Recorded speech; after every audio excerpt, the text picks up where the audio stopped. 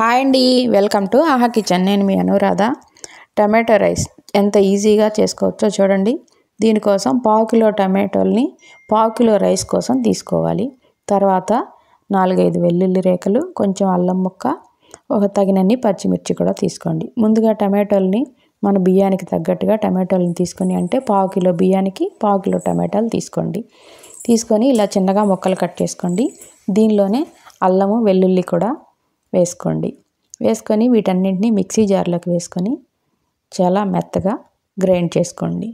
మీరు ముక్కలుగా వేసుకున్నా పర్వాలేదు, ఇలా గ్రైండ్ చేసుకుంటే తొందరగా వేగుతుంది.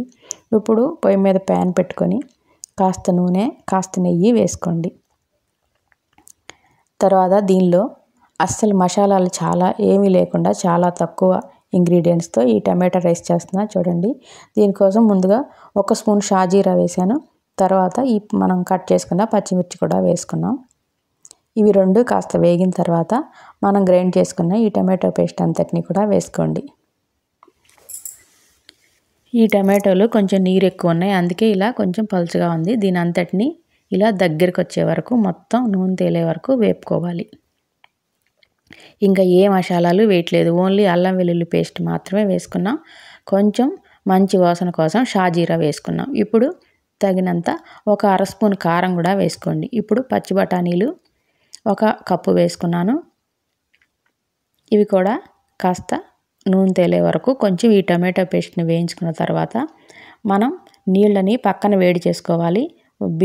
మన బియ్యానికి తగ్గట్టుగా, అంటే 1కి 2 కానీ 1:30 కానీ మీ బియ్యానికి తగ్గట్టుగా నీళ్ళని వేడి చేసుకునేటప్పుడు 1 అరచెక్క నిమ్మకాయ పిండి ఆ నీళ్ళల్లో పక్కన నీళ్ళని వేడి చేసుకోండి. ఇప్పుడు శుభ్రంగా కడిగి 1 అరగంట నానబెట్టుకున్న బియ్యాన్ని వేగిన ఈ టమాటో పేస్ట్లో వేసుకోండి. ఈ బియ్యం అంతా వేసిన తర్వాత ఒక్కసారి ఈ టమాటో పేస్ట్ అంతా ఈ బియ్యానికి అయ్యేటట్టుగా ఒక్కసారి బాగా కలుపుకొని కొంచెం కొత్తిమీర కూడా వేసుకొని, ఇప్పుడు పక్కన మనం మరిగించుకున్న ఒక్కసారి బాగా కలుపుకొని పక్కన నీళ్లు మరిగించుకున్నాం కదా, ఆ నీళ్ళని ఇప్పుడు దీనిలో వేసుకోవాలి. ఇలా వేసుకోబోయేటప్పుడు ఈ టమాటో పేస్ట్ అంతటా ఈ బియ్యానికి చక్కగా కోట్ అయ్యేటట్టుగా పట్టాలి. ఇప్పుడు రుచికి సరిపడా మీరు ఉప్పు కూడా వేసుకోండి.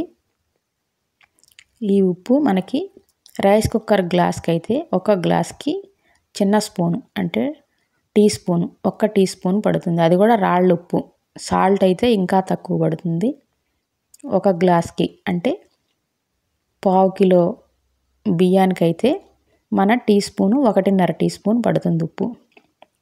ఇప్పుడు బాగా మరుగుతున్న నీళ్ళని ఈ రైస్లో వేసుకోండి. కుక్కర్లో కాకుండా ఇలా విడిగా చేసుకుంటేనే టమాటో రైస్ బాగుంటుంది.